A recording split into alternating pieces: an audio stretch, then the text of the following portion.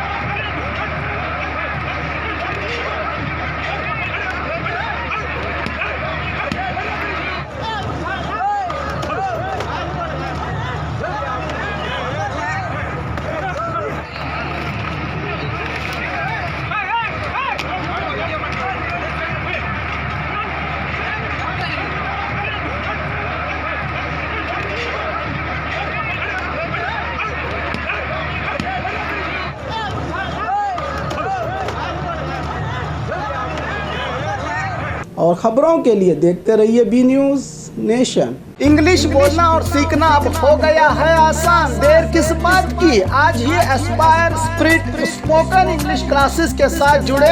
आज के डिजिटल और आधुनिक दुनिया में इंग्लिश सिर्फ एक भाषा नहीं बल्कि जरूरत है आपकी। घर बैठे नहीं, हमारे साथ friendly atmosphere, fully experienced trainers के मार्गदर्शन में फर्राटेदार इंग्लिश बोलकर अपना मकाम हासिल करें। अधिक जानकारी के लिए कांटेक्ट करें 9945877464